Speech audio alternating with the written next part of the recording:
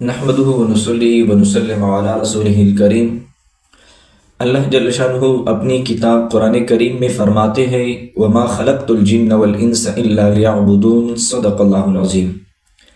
یہ آیت مبارکہ ہم مسلمانوں نے بہت سے مقامات میں علماء کرام سے بیانات میں سنا ہے اور اس کی تھوڑی بہت تفسیر اور مطلب بھی سنا ہے۔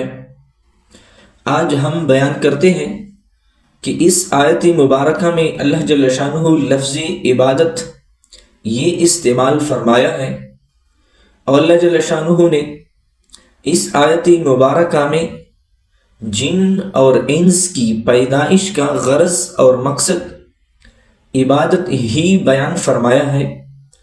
اب یہ عبادت کی غرض اور مقصد کیا ہے، عبادت سے کیا مراد ہے، کون سے اعمال عبادت میں شمار ہوتے ہیں، کون سے اعمال یہ عبادت کی زمرے میں آتے ہیں، آئیے اس کا تھوڑا وضاحت کرتے ہیں۔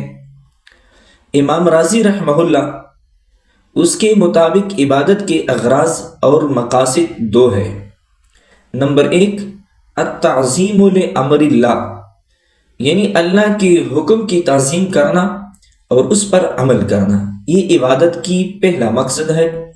دوسرا، وشفقتہ علی خلق اللہ، یعنی اللہ کی مخلوق پر سے شفقت و احسان کا برتاؤ کرنا۔ ان دو مقاصد اور اغراض کی خلاصہ یہ ہے، یعنی کہ حقوق اللہ اور حقوق العباد کی پوری ادائیگی اصل روح عبادت ہے۔ یعنی روح عبادت یہ ہے کہ کوئی مسلمان پوری طرح حقوق اللہ اور حقوق العباد کی ادائیگی کرے تو یہ روح عبادت ہے، اور یہی عبادت اللہ جل شانہ ہماری تخلیق سے مقصود ہے۔ حضرت شاہ ولی اللہ رحمہ اللہ کے نزدیک عبادت کی 4 بنیادی خصلتیں ہیں۔ نمبر 1، طہارت، انسان جسم و لباس سے بھی پاک و صاف ہو، مال و دولت سے بھی پاک و صاف ہو، اخلاق اور عمل سے بھی صاف ہو، اور اعتقاد و ایمان سے بھی صاف ہو۔ یہ امام شاہ ولی اللہ رحمہ اللہ کے نزدیک عبادت کی 4 خصلتوں میں سے پہلا خصلت طہارت۔ اب اس طہارت کی ضد اور مقابل جو ہے وہ نجاست ہے، خواہ ظاہری نجاست ہو یا اعتقادی یا اخلاقی یا عملی اور یا معاشی نجاست ہو۔ انسان کو ہر حال میں ظاہری اور باطنی طہارت کا خیال رکھنا چاہیے، اور ہر قسم کی ظاہری اور باطنی نجاست، بد عقیدگی، کفر و شرک اور نفاق سے بچنا چاہیے، اور یہی تقاضے طہارت ہے۔ یہ تھے پہلا خصلت عبادت کا۔ دوسرا خصلت عبادت کا وہ ہے اخبات۔ دوسری خصلت اخبات یعنی عجز و انکساری ہے۔ عبادت کا تقاضا یہ ہے کہ انسان کے اندر خدا اور مخلوق خدا کے لیے عجز و انکساری کا مادہ پیدا ہو جائے۔ اخبات کی ضد نحوت ہے، یعنی غرور و تکبر۔ یہ تھی دوسرا خصلت عبادت۔ تیسرا، سماحت۔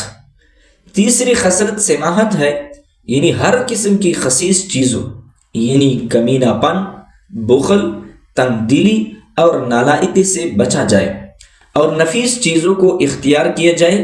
سماحت کا دوسرا نام تقوی بھی ہے، اور تقوی کی ضد فسق و فجور ہے۔